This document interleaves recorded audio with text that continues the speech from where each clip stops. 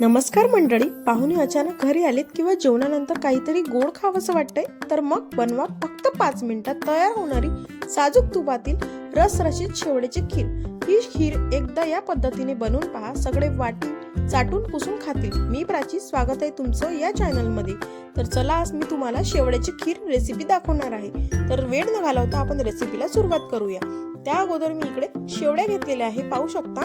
त्याच्यानंतर मनुका चारोळी घेतलेली आहे, थोडेसे ड्रायफ्रुट्स घेतलेले आहे, त्याच्यानंतर खोबरं किस घेतलेलं आहे, विलायची पूड घेतलेली आहे, त्याच्यानंतर साखर घेतली आहे 1 वाटी, त्याच्यानंतर साजूक तूप घालायचं आहे कढईमध्ये। तूप विरघळलं की लगेच त्याच्यामध्ये आपण शेवड्या घालणार आहोत। तर पाहू शकता तुम्ही, शेवड्या छान लालसर रंग येईस्तोवर आपण भाजून घ्यायचा आहे अशा पद्धतीने। तर पाहू शकता तुम्ही, मी तुम्हाला दाखवते त्या पद्धतीने तुम्हाला एकदा नक्की ट्राय करा। तर पाहू शकता तुम्ही किती सुरेख रंग आलेला आहे, असा सुरेख रंग येऊ द्यायचा आहे। आता आपण काढून घ्यायचा आहे आणि त्याच तुपामध्ये आपल्याला दूध फोडणी द्यायचं आहे।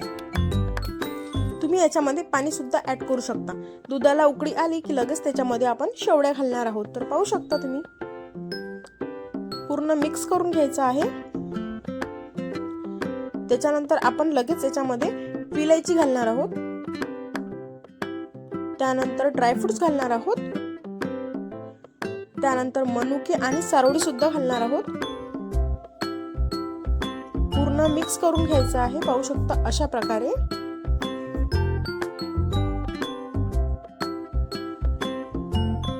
त्यानंतर 1 वाटी खोबरं किस घालणार आहोत आपण।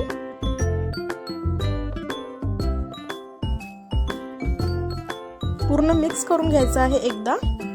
त्याच्यानंतर 1 वाटी आपण साखर घालणार आहोत। एकदा पूर्ण मिक्स करून घ्यायचं आहे आणि साखर विरघळेपर्यंत आपण शिजून घ्यायचं आहे, छान उकळी येऊ द्यायचं आहे। पाहू शकता तुम्ही, कलर किती छान आलेला आहे।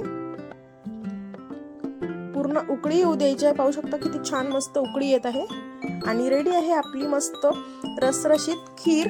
पाहू शकता तुम्ही अशा प्रकारे। तर कशी वाटली रेसिपी तुम्हाला नक्की सांगा। झटपट होणारी शेवड्याची खीर नक्की घरी बनवून पहा आणि घरातील सगळ्यांना खायला द्या। ही रेसिपी आवडली असेल तर व्हिडिओला एक लाईक नक्की करा आणि तुमच्या मित्रमैत्रिणीसोबत हा व्हिडिओ शेअर करायला मात्र विसरू नका। अशा साध्या सोप्या आणि टेस्टी रेसिपी पाहण्यासाठी आपल्या चॅनलला सबस्क्राईब करायला मात्र विसरू नका। भेटूया आपण एका गोड रेसिपी सोबत। तोपर्यंत खा आणि स्वस्त राहा, मस्त राहा। धन्यवाद।